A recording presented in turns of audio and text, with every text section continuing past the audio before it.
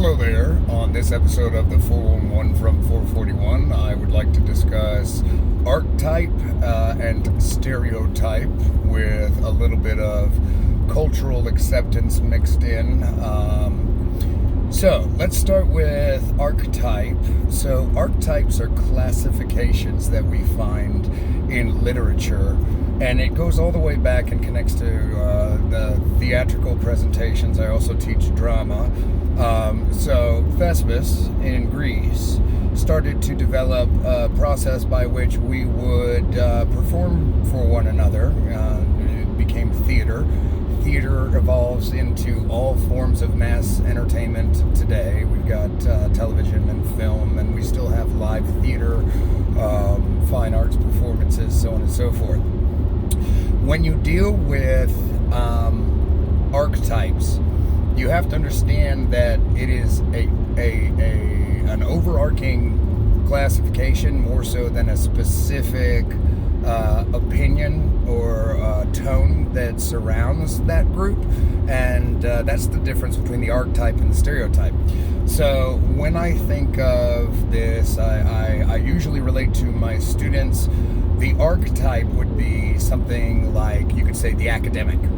Now, the academic is the archetype, the classification of character. Let's say if it's in the realm of theater, you can see how archetypes have changed. The stereotype surrounding the archetype has changed over the course of history.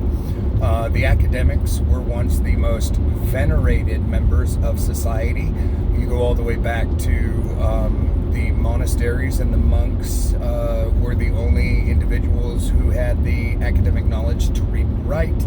I have this image of a monk translating and then copying by hand all the books that got shipped all over the world before the printing press. So the archetype is the academic, starts out historically as this venerated position, and then as you move along, it develops. There at some point becomes this shift, and a stereotype that surrounds the academic would be something like the nerd. Even the nerd, we can see how it has evolved, the stereotypical concept from, let's say, when I was a child. They had the movie that came out, Revenge of the Nerds, and yeah, you know, I see the jock character in my head, nerds, and along with that stereotype was the characteristics that you would associate, the glasses with the tape on the rim, the bridge, as well as the pocket protectors. You had the pants hiked up really high with the suspenders, and then let's see how that shifts historically again. Nowadays, it's really, I think it's awesome. Nerd culture has been reappropriated, and the stereotype surrounding that word in particular has been redefined, most notably by the arrival of mass media outlets for cultural exploration. Let's say the Marvel Cinematic Universe, for example, opened up the world of comic lore, which also connects back in many instances to early civilization mythology and legend. So, as a review, we've got archetype, these larger classifications of people, of types of personalities. That group would be the academic we just discussed. The stereotype would surround the academic, and the stereotypes change depending on your culture, depending on your time period. We've also talked in the past about lenses, right? The lenses we looked through to deconstruct these concepts. So let's see if I can't, off the top of my head, try to determine another archetype that we can discuss. The archetype would be the caregiver, okay? Caregiver, you know, automatically in your head, you should get this concept. The caregiver is like a maternal figure, somebody who takes care of you. I would say that it doesn't necessarily have to be a paternal mother.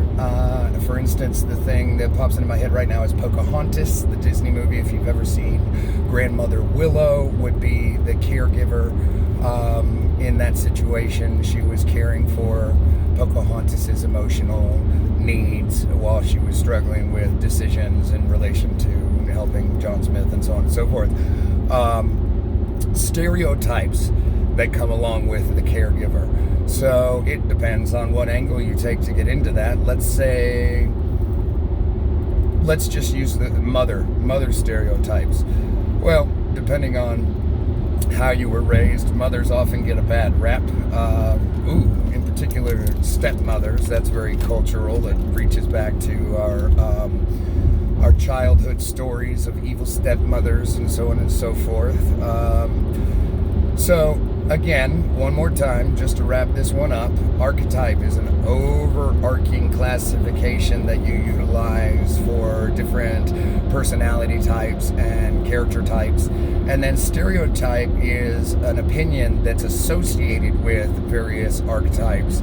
It helps to define the context and subtext of the cultural, the present opinion on that classification.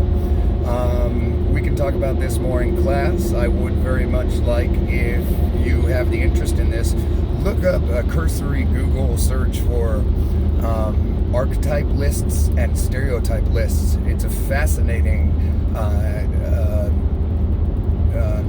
process. You start to recognize that oftentimes in your own lives you are running into people who self-identify and use these archetypes to create their own identities, their cultural identities. So think about which archetype you might belong to. Think about possible stereotypes that might be associated with you, your generation, your gender.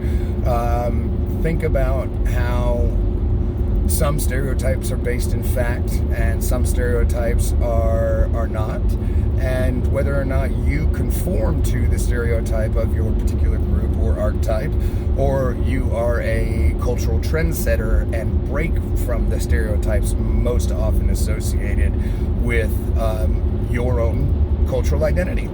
So that's it for now. Another episode of the 411 from 441.